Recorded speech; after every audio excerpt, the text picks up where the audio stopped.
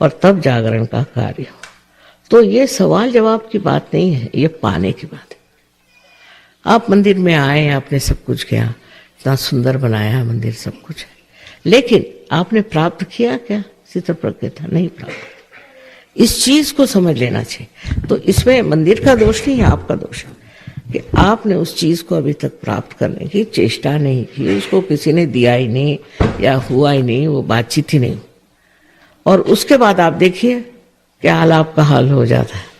अभी यहाँ पर बहुत सारे हिंदुस्तानी आए हुए हैं और हमारे यहाँ बहुत से सहयोगी भी हिंदुस्तानी हैं। उनका जीवन ही बदल गया, हर तरह से, हर मामले पर वो ठीक हो गए। तो उसी तरह आप सबको ये प्राप्त हो, क्योंकि आप सबको बिल्कुल इसकी पूर्णतया अधिकार है।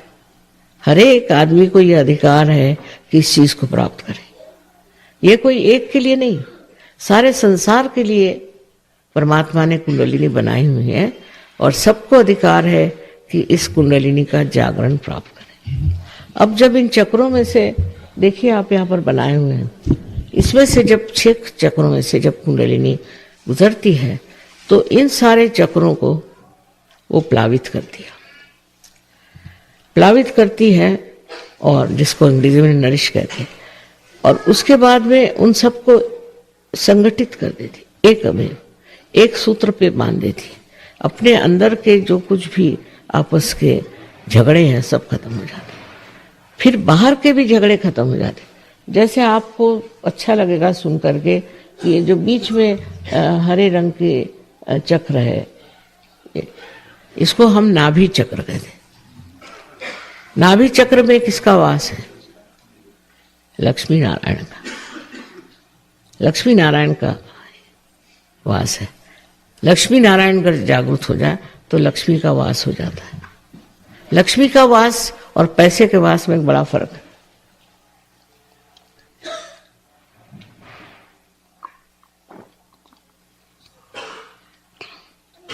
पैसे का मतलब ये होता है कि आज आपके पास एक चीज है तो उसके लिए लड़ झगड़ के आपने बड़ी मेहनत करके एक मोटर समझ लीजिए खरीदी।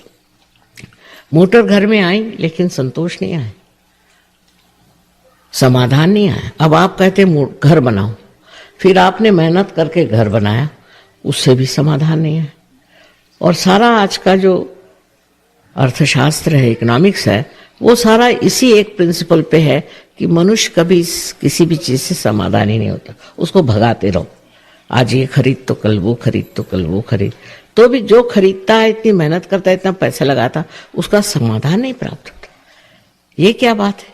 जब आपने जिस चीज के लिए इतनी मेहनत की, उसका कम से कम एक क्षण बैठ के समाधान तो लो, वो नहीं मिलता। अब जो दूसरी बात है कि जिसमें आप समाधान को उठा सकते हैं, ये लक्ष्मी तत्व है। लक्ष्मी तत्व में क्या होता है कि जब वो जागृत होता है तो हमारे जितने सांसारिक प्रापंचिक प्रश्न हैं वो सब छूट जाते हैं। ऐसे छूटते हैं कि आप हैरान हो जाइएगा, वो समझ भी नहीं आएगा कि ये छूट कैसे गए। सारे प्रश्न अपने आप छूट जाते हैं। लक्ष्मी जी जब आके बस गई तो आपको क्या चाहिए? पर उसके बाद में समाधान, उस चीज से मनुष्य को समाधान आता। और लक्ष्मी जी का भी स्वरूप इतना सुंदर बनाया हुआ है कि लक्ष्मी जी के हाथ में 2 कमल है और स्वयं कमल पे खड़ी है, माने बिल्कुल हल्की फुल्की है। किसी पे उनका रोब नहीं, दाब नहीं, कुछ नहीं, किसी पे शान दिखाना नहीं, कोई जबरदस्ती नहीं, अपने शांत खड़े हैं। और 2 हाथ में कमल है, इसका मतलब है वो भी गुलाबी रंग के। गुलाबी रंग जो है द्योतक है प्रेम का, माने प्रेम से भरी हुई है। और ये लक्ष्मी जी जो है, ये आपको वरदान देती है कि जिसके इससे आपका मकान इस तरह से हो जैसे एक कमल होता है। अब कमल की क्या विशेषता है कि कमल जो है वो आप देखिए कि एक सुंदर सा फूल है, और चाहे कोई आए, कोई कीटक आए, उसके कितने भी कांटे जैसे पैर हो, कुछ हो, उसको स्थान है वहाँ आराम करने के लिए। और रात में वो अपने कमल दल बंद कर लेते हैं जिससे शांति से सो सके। इसी प्रकार आपका भी मकान होना चाहिए, सुंदर हो, सजा हुआ हो, और उसमें कोई आते हैं तो वो आराम से रह सके। ये एक हमारे यहाँ बहुत बड़ी चीज़ है हिंदू धर्म की, कि हम लोग जो है बाहर से कोई आता है तो उसका बड़ा पाचारण करते हैं। उनको अतिथि को हमारे यहाँ कहते हैं कि अतिथि भगवान होते हैं। ये चीज़ हमारे अंदर आ जाती है जब हमारे अंदर लक्ष्मी तत्व जागृत होता है और उसका पूरा सरंजाम और सामान जुट जाता है। बिल्कुल सही बात करें आपसे। अब ये तो हुई कमल की बात, और एक हाथ से वो इस तरह से आशीर्वाद देती है। आशीर्वाद का मतलब ये है कि आपके अंदर जो भी कुछ आपने प्राप्त किया है वो आप दूसरों को दें।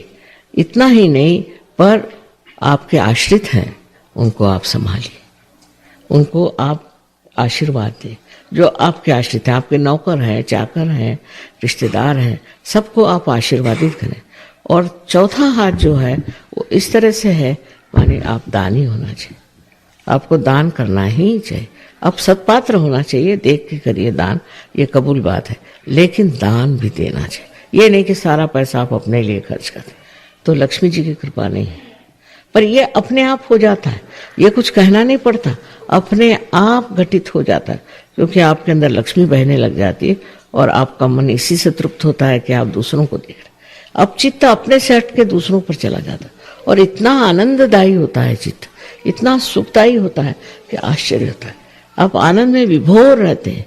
अब ये देखिए, तो परदेसी लोग यहाँ बहुत आए थे, सिवाय उनको भाषा मेरी समझ नहीं आती, पर तो भी कुछ भी माँ कह रही हो तो भी हमें उसमें मंत्र ही है, माँ जब बोल रही मंत्र ही है, और बैठे रहेंगे। इस तरह के 72 देशों में लोग हो गए, और हिंदुस्तान में बहुत ज़बरदस्त है। मैं कहूँगी कि कलकत्ते में भी हमें तो स्टेडियम लेना पड़ता है, पर जब बाहर आए हुए हिंदुस्तानियों को पता नहीं क्या हो जाए कि ज़रा कुछ गड़बड़ी है मामला। लेकिन आशा है कि इसके बाद आप लोग सब पार हो जाएंगे और आपकी वजह से और भी लोग हो जाएंगे। तो सबसे बड़ी बात है कि पार हो जाना माने अपने को जानना। ये जब तक आपने जाना नहीं, तब तक आपने जो कुछ भी जाना सो बेकार है, और तब आप प्रेम के सागर में बहने लग जाए। तो एक ही अक्षर प्रेम का कहा हुआ है कि जो ने एक अक्षर प्रेम का जान लिया तो उसको और कुछ जानना ही नहीं है। वही चीज घटित होने की है और होना चाहिए। अब फिर मैं कहूँगी कि आपको कुछ सवाल हो तो पूछ ही लीजिए, पर बहुत टाइम मत दीजिए क्योंकि टाइम कम है, मुझे भी जाना है आश्रम में। तो आप जो भी चाहें सवाल पूछ सकते हैं।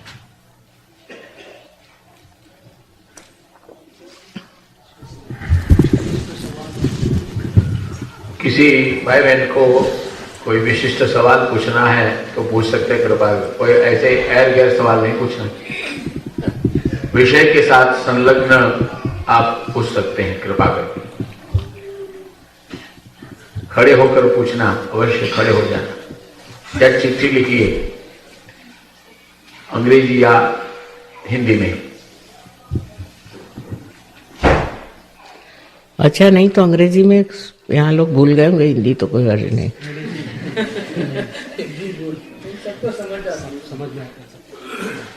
आपने फरमाया था कि हिंदी में बोलेंगे, तो मैंने कहा हिंदी में बोलेंगे। हिंदी में ठीक है। अच्छा, सवाल नहीं है। अच्छा, फिर जागृति ले लीजिए।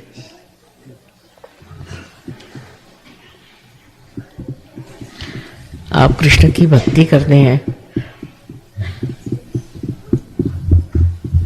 किसी को पूछना है तो बहुत आसान है, इसको प्राप्त होना बहुत आसान।